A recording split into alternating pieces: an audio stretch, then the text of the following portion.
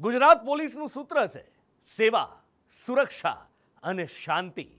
પણ આપણી કમનસીબી કહો કે પોલીસ કર્મીઓની જે પોલીસ કર્મીઓ પર નાગરિકની સુરક્ષા અને સલામતીની જવાબદારી છે એ પોલીસ કર્મીઓ ખુદની સુરક્ષા અને સલામતી નથી કરી શકતા। રાજ્યના સામાન્ય પોલીસ કર્મચારીઓને વ્યવસ્થાએ લોખંડના પાંજરામાં પૂરી દીધા છે અને એ પણ આવી આકરી ગરમીમાં। વ્યવસ્થાનો માર, પોલીસ લાચાર, સ્ટેશનના નામે ખડકાયા લોખંડના પાંજરા। આકરી ગરમીમાં પોલીસના હાલ બેહાલ। હાડ થીજવતી ઠંડી હોય કે ધોધમાર વરસાદ કે પછી આકાશમાંથી વરસતી આગ, નાગરિકોની સુરક્ષા અને સલામતીની જવાબદારી પોલીસ કર્મચારીઓના શિરે હોય છે અને તે પૂરી નિષ્ઠાથી પોતાની જવાબદારી નિભાવે પણ છે। પરંતુ પોલીસમાં બે જુદા જુદા વર્ગ છે। એક છે અધિકારી વર્ગ અને બીજો સામાન્ય વર્ગ, જેમાં કામ તો બંને કરવાનું પણ સુવિધા ખાલી એકને જ મળે। અધિકારીઓ માટે મસમોટી કચેરી હોય છે, ત્યારે સામાન્ય પોલીસ કર્મચારીઓ માટે લોખંડના કન્ટેનર એટલે લોખંડના પાંજરા। સુરતનું ડ્રીમ સિટી પોલીસ સ્ટેશન તેનું જીવતું જાગતું ઉદાહરણ છે। દુનિયાના સૌથી મોટા બિલ્ડિંગ ડાયમંડ બ્રુસ અને તેની આસપાસના વિસ્તાર માટે નવું ડ્રીમ સિટી પોલીસ મથક શરૂ કરવામાં આવ્યું, પણ કન્ટેનરમાં। રાજ્ય સરકાર દ્વારા પોલીસ અને પોલીસને હાઈટેક કરવાની વાટોટો કરવામાં આવે છે, પરંતુ સુરતના આ ડ્રીમ સિટી પોલીસ સ્ટેશનની વાસ્તવિકતા બિલકુલ અલગ છે। જે રાત દિવસ મહેનત કરતી પોલીસ છે તેના માટે પોલીસ સ્ટેશન જ નસીબ નથી થઈ રહ્યું। આ જોઈ શકાય છે કે ડ્રીમ પોલીસ સ્ટેશન છે તેને કન્ટેનરની અંદર ચલાવવામાં આવે છે। છેલ્લા 2 મહિનાથી આ પોલીસ સ્ટેશન ખોલવામાં આવ્યું છે, પરંતુ જે કહેવાય કે પોલીસ માટે જે એક પણ રૂમ નથી, આ કન્ટેનર મૂકી દેવામાં આવ્યા છે, ટેમ્પરરી કન્ટેનર મૂકી દેવામાં આવ્યા છે, તેની અંદર જ કામ કરવામાં આવે છે। જે રીતના પોલીસ છે તે રાત દિવસ મહેનત કરીને આરોપીને પકડતી હોય છે અને પોતાના પરિવાર કરતાં વધુ સમય છે તે પોલીસ સ્ટેશનમાં આપતી હોય છે, પરંતુ પોલીસને જે કહેવાય કે પાકું બાંધકામ જ નસીબ નથી થઈ રહ્યું। હવે આ પોલીસ સ્ટેશનને જોઈને અનેક સવાલો ઉઠી રહ્યા છે, કારણ કે જે પોલીસ ભવન બનવું હોવું જોઈએ, સરકાર દ્વારા દાવા કરવામાં આવે છે કે સૌથી હાઈટેક પોલીસ સ્ટેશન બનાવવામાં આવશે, હાઈટેક સુવિધા આપવામાં આવશે, પરંતુ માત્ર નામનું પોલીસ સ્ટેશન લાગી રહ્યું છે, કારણ કે આ પોલીસ સ્ટેશન કન્ટેનરની અંદર ચાલી રહ્યું છે। અમદાવાદ શહેર પોલીસના પણ કંઈક આવા જ હાલ છે।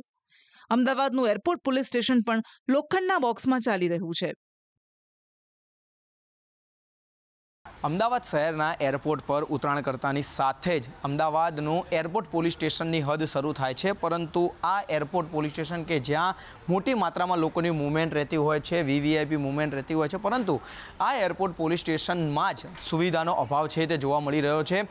પોલીસ સ્ટેશન છે તે 2018માં સરદારનગરથી અલગ બન્યા બાદ તેની શરૂઆત કરવામાં આવી હતી, પરંતુ હજી સુધી એટલે કે 5 વર્ષ જેટલો સમય વીતવા છતાં હજી પણ અહીંયા ન તો પોલીસ સ્ટેશનના બિલ્ડિંગના ઠેકાણા છે કે ન તો પોલીસ સ્ટાફને કામ કરવા માટેની યોગ્ય જગ્યાઓ। અલગ અલગ જે 3 લોખંડના જે ચેમ્બર કહી શકાય એટલે કે જે કન્ટેનર છે તેવા યાર્ડની અંદર પીઆઈની ચેમ્બર સાથે પીઆઈ પર્સનલ અને અન્ય સ્ટાફના માણસો બેસી અને કામ કરવા પર મજબૂર બન્યા છે। તો બીજી તરફ જે બિલ્ડિંગ પોલીસ સ્ટેશન માટે ફાળવવામાં આવ્યું હતું તે સ્ટાફ માટે પણ પૂરતી જે કહી શકાય કે જગ્યા અથવા તો તેમના કામ કરવાનો તેમની જે ટેબલો છે, કોમ્પ્યુટર્સ છે અથવા તો અન્ય સામાન મૂકી શકાય તેટલી પણ પૂરતી વ્યવસ્થા અહીંયા જોવા નથી મળતી। પોલીસ વિભાગમાં પૂરતી સવલતો મળે, પોલીસની કામગીરી સરળ થાય તેવા પ્રયાસો કરવામાં આવશે, પરંતુ સ્ટાફને જ બેસવા માટે, કામ કરવા માટે જો જગ્યા યોગ્ય નહીં હોય, જો પૂરતી વ્યવસ્થા નહીં હોય, તો પોલીસ સ્ટાફ કેવી રીતે કામ કરશે? અમદાવાદના નારણપુરા પોલીસ સ્ટેશન અને વાડજ પોલીસ સ્ટેશનની કહાની પણ જોરદાર છે। તમને થતું હશે કે બે જુદા જુદા પોલીસ સ્ટેશનની વાત થઈ રહી છે। વાત જુદા જુદા પોલીસ સ્ટેશનની જ છે, પણ તેમનું બિલ્ડિંગ તો એક જ છે। વર્ષ 2016માં નારણપુરા પોલીસ સ્ટેશનના વિભાજન કરી 2 ટુકડા કરવામાં આવ્યા અને તેમાંથી વાડજ પોલીસ સ્ટેશન અલગ બનાવવામાં આવ્યું, એટલે કે નારણપુરા વિસ્તારના 2 ટુકડા કરી તેમાંથી વાડજ પોલીસ સ્ટેશન અલગ બનાવવામાં આવ્યું।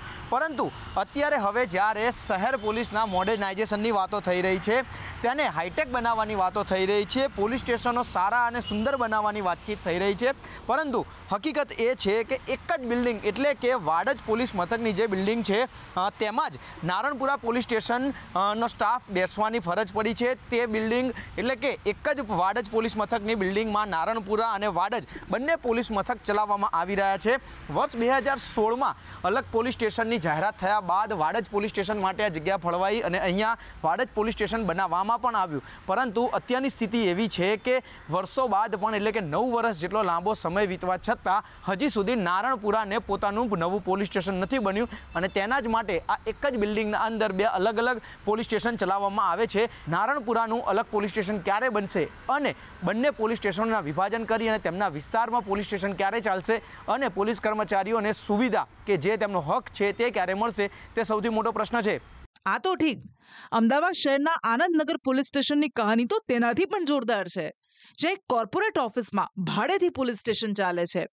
વળી આ પોલીસ મથકમાં લોકઅપ પણ નથી, એટલે જો કોઈ આરોપીને રાખવાનો થાય તો તેને બીજા એક સ્ટેશનમાં મૂકવામાં આવે છે અને પોલીસ સ્ટેશનનું ભાડું અંદાજિત 50,000 રૂપિયા છે. આમાં પોલીસ સ્ટેશન કર્મચારીઓ અને લોકો બંને માટે હેરાનગતિરૂપ બન્યું છે.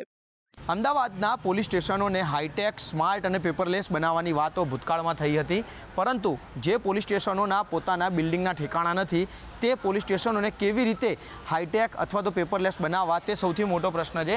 આ અમદાવાદનું આનંદનગર પોલીસ સ્ટેશન છે કે જે કોર્પોરેટ બિલ્ડિંગમાં ભાડા પર ચાલી રહ્યું છે. આ પહેલાં પણ આનંદનગર પોલીસ સ્ટેશન જે જગ્યાએ ચાલતું હતું તે બિલ્ડિંગ પણ ભાડાનું હતું. એટલે કે વર્ષ 2011થી જે આનંદનગર પોલીસ સ્ટેશનને અલગ અલગ જગ્યાઓ ભાડે ચલાવવામાં આવ્યું છે તેમાંનું આ એક પોલીસ સ્ટેશન છે. આ પોલીસ સ્ટેશનમાં પોતાનું લોકઅપ પણ નથી, એટલે કે જો કોઈ આરોપી પકડાય તો તેને સેટેલાઇટ પોલીસ સ્ટેશનમાં રાખવામાં આવે છે જેથી કરીને તેમને સાચવી શકાય. તો હવે ત્રીજા શહેર વડોદરાના દ્રશ્યો જુઓ, જ્યાં પણ આવી જ રીતે લોખંડના પાંજરામાં પોલીસ સ્ટેશન ચાલી રહ્યું છે.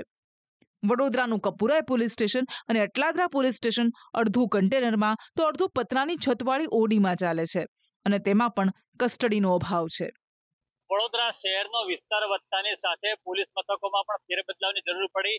તાજેતરમાં જ વિવિધ પોલીસ મથકો નવા બનાવવામાં આવ્યા, જે પૈકી 3 પોલીસ મથક જેમ કુંભારવાડા છે, કપુરાઈ પોલીસ મથક સહિત 3 પોલીસ મથકોને નવા બનાવવાનો વખત આવ્યો. ત્યારે પાણીગેટ પોલીસ મથકની અંદર જે ફ્રીડમ ચોકી ચાલતી હતી ત્યાં કને કપુરાઈ પોલીસ મથક બનાવવામાં આવ્યું, જ્યાં કન્ટેનરની અંદર એટલે એક્રેલિક શીટના કન્ટેનરની અંદર પોલીસ મથકો ચાલુ થયા, જેના પગલે કર્મચારીઓ જે ફરજ બજાવે છે તેમને 40 થી 45 ડિગ્રી ગરમીની અંદર પારાવાર મુશ્કેલીનો સામનો કરવો પડી રહ્યો છે. જેટલું પ્લાસ્ટિક ગરમ થાય તે મુજબ સામે ગરમીની અંદર ધમધોકતા તાપની અંદર ફરજ બજાવી રહ્યા છે. કોઈ પણ 24 કલાક કોઈ પણ લો એન્ડ ઓર્ડરની પરિસ્થિતિ હોય ત્યારે આ કર્મચારીઓ સતત પોતાની ફરજની અંદર સક્રિય રહેતા હોય છે. ત્યારે સરકારે આ બાબતે તાત્કાલિક વિચારણા કરી જે તંબુ ચોકીમાં અથવા તો જે પ્રમાણે એક્રેલિક શીટના શેડની અંદર જે કન્ટેનરોની અંદર પોલીસ સ્ટેશનો ચાલુ છે તેને બદલાવ કરી પોલીસ સ્ટેશનો કાયમી બનાવવા જોઈએ તેવી પણ એક માંગ ઉઠી છે. આ બાબતે સરકારે તાત્કાલિક વિચારણા કરવી જોઈએ અને પોલીસ કર્મચારીઓ જે તડકામાં ફરજ બજાવે છે તેમના સામે કંઈક ને કંઈક વ્યવસ્થા કરવાની એક ખૂબી માંગ ઉઠી છે. જો કે આ મામલે વિસ્તારના ધારાસભ્ય ચૈતન્ય દેસાઈને સવાલ પૂછાયો તો તેઓ કહી રહ્યા છે કે પોલીસ વિભાગ દ્વારા બજેટિંગ કરવામાં આવ્યું છે, ટૂંક સમયમાં નવું પોલીસ મથક બની જશે. આપની વાત સાચી છે. પોલીસ ડિપાર્ટમેન્ટ જ્યારે અટલાદરા પોલીસ સ્ટેશન બનાવ્યું ત્યારે તેમને બજેટ પોતાના વિભાગના બજેટમાંથી ત્યાં આગળ પોલીસ સ્ટેશન બનાવવાની વાત કરી હતી. આ વર્ષ પહેલાં પણ એમને જે ત્યાં મૂક્યું ત્યારે પણ આવી જ કાળઝાળ ગરમી હતી અને એમાં પોલીસ કર્મીઓ કામ કરી રહ્યા હતા. આ વર્ષે પણ એમની પરિસ્થિતિ સ્વાભાવિક એવી જ છે, પરંતુ પોલીસ વિભાગ દ્વારા બજેટિંગ કરવામાં આવ્યું છે અને વહેલી તકે જ તેઓ ત્યાં આગળ પોલીસ મથક બનાવશે જેથી કરીને આવતા સમયમાં એમને કોઈ તકલીફ નહીં પડે. પણ નવું પોલીસ સ્ટેશન ક્યારે બનશે તે કોઈ નથી કહેતું. ખેર, વડોદરાના શિનોરમાં આવેલી સાદલી આઉટપોસ્ટના કર્મચારીઓ પણ આવી જ કનડગત ભોગવી રહ્યા છે. જૂનું બિલ્ડિંગ જર્જરિત થતા તેને તોડી પાડવામાં આવ્યું, પણ હજુ 3 વર્ષથી નવું બિલ્ડિંગ તો બની જ રહ્યું છે, જેના કારણે સાદલી આઉટપોસ્ટ ગાયકવાડી જીનના બીજા માળે ચલાવવામાં આવે છે. પ્રજાની સુરક્ષા કરતા આ પોલીસ કર્મચારીઓ વ્યવસ્થાના માર સામે લાચાર બન્યા છે અને હાલ કાળઝાળ ગરમીમાં લોખંડના પાંજરામાં પુરાવા મજબૂર બન્યા છે. ત્યારે શહેરોની સુરક્ષા કરતા પોલીસ કર્મીઓને ક્યારે સારી સુવિધા મળે છે તે એક મોટો સવાલ બન્યો છે.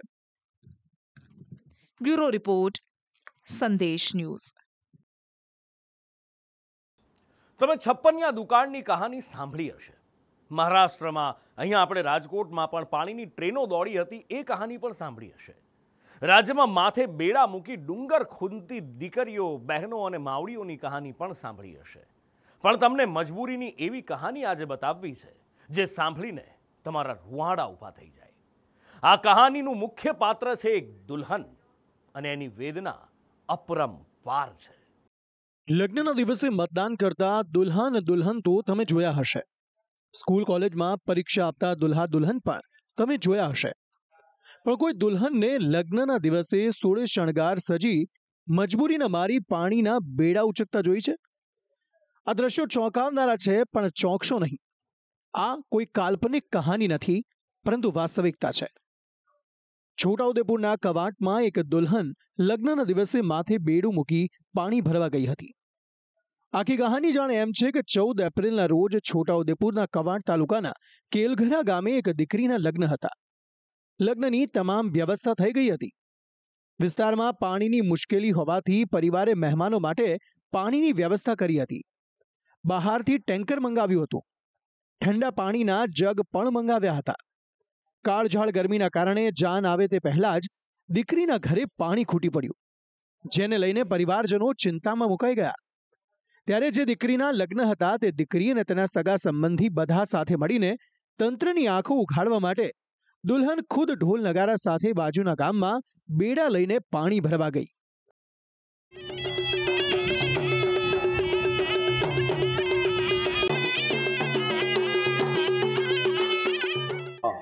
મારું લગ્ન છે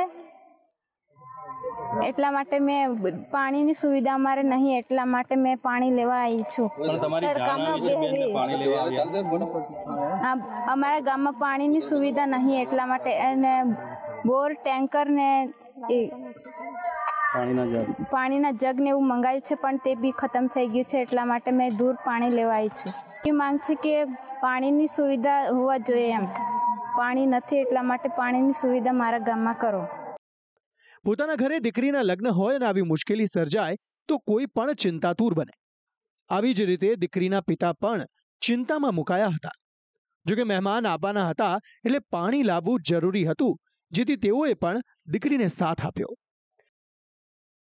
મારી છોકરી ઓમનાબેનનું લગ્ન છે અને લગ્ન ટાઈમે પણ પાણી મળતું નથી, એટલે અમે ટેન્કરો મોંઘાથી અને જગથી મંગાવીને મહેમાનોને અને જાનને પીવડાવીએ છીએ.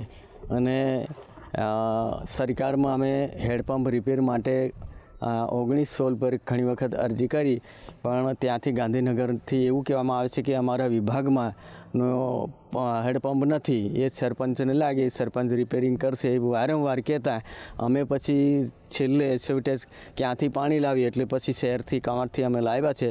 અને જાન આવતા પણ ખૂટી ગયું, એટલે મારી છોકરી ઓમના અને એની બેનપણી જે લોંડી કહેવાય અમારી, એની સાથે રહે, એ સાથે જઈને નજીકના કોચવડ ગામે હેડપંપ છે ત્યાં જઈને પાણી બધી છોકરીઓ લઈને આવી. અને ઢોલિયા હંગાતે પણ એક મેસેજ બને સરકારને કે આંખ ઉઘડે કાન ઉઘડે તંત્રને પણ કે પાણી વિના કઈ રીતે પ્રસંગ ઉજવવો એ જે તે ઘરના ઉજવનારને જ ખબર પડે. મહત્વનું છે કે કેલધરા ગામમાં પીવાના પાણી માટે સરકાર દ્વારા નલ સે જલ યોજના હેઠળ ટાંકી અને સંપ બનાવીને ગામમાં પાણીની લાઈન પણ નાખી દેવામાં આવી છે, પરંતુ આજ દિન સુધી ત્યાં પાણી નથી આવ્યું. ગ્રામજનોએ પણ દીકરીના પગલાંને આવકાર્યું હતું. સમય કેલધરા ગામનો એટલો જ નહીં, પણ આખા કવાંટ તાલુકામાં પણ જો મુશ્કેલી વધારેમાં વધારે તમામ ગામડામાં છે. હાલ લગ્નની સિઝન ચાલુ છે. દરેક ગામડાની અંદર લોકો ટેન્કરો દ્વારા પાણી લાવી અને પાણીના જગ વેચાતા લાવીને લગ્નોના પ્રસંગોની ઉજવણી કરતા હોય છે. એવી જ રીતે અમારા ગામની અંદર પણ આજે એક લગ્ન હતું, એમાં ઠેઠ જેતપુરથી જાન આવી તો પાણી ખતમ થઈ ગયું, માટે છોકરી જે બેનનું લગ્ન હતું એ છોકરી જાતે પાણી ભરવા કોચવડ ગામની અંદર જે એક હેડપંપ ચાલે છે ત્યાં ગઈ અને એ જાનૈયાને અને સગા સંબંધીઓને પાણી પીવડાવ્યું. જોકે 2500ની વસ્તી ધરાવતા આ ગામમાં સરકાર દ્વારા નર્મદામાંથી પાણી લઈને હાપેશ્વર પાણી પુરવઠા યોજના હેઠળ પીવાનું પાણી મળે તે માટે ટાંકી પણ બનાવવામાં આવી છે. ઘરે ઘરે નળ પણ પહોંચાડી દેવામાં આવ્યા છે. પણ કરમની કઠણાઈ ગણો કે લોકોની કમનસીબી તો જુઓ. હાપેશ્વર પાણી પુરવઠાનું પાણી છેક દાહોદ સુધી પહોંચાડવામાં આવ્યું, પરંતુ માત્ર 10 કિલોમીટરના અંતરે આવેલા આ ગામને પાણી ન મળ્યું. જોકે ગામમાં 100 જેટલા પાણીના બોર પણ છે, પણ જળસ્તર નીચે જતા રહેતા હાલ તમામ બોર ફેલ થઈ ગયા છે. આમ ગામમાં ટાંકી છે પણ પાણી નથી, ઘરે ઘરે નળ છે પણ જળ નથી, 100 જેટલા બોર છે પણ બોરમાં પાણી નથી, ગામમાં કૂવા છે પણ સુકાઈ ગયા છે. હાલ તો કેલધરા ગામના લોકો પાણી માટે હવાતિયા મારી રહ્યા છે, ત્યારે એક લગ્નની ચોરીમાં બેસીને સપ્તપદીના ફેરા ફરવા તૈયાર થયેલી દીકરી પાણી ભરવા જતા તંત્રના બેરા કાને અવાજ પહોંચે છે કે કેમ, તે મોટો સવાલ છે. બ્યુરો રિપોર્ટ, સંદેશ ન્યૂઝ.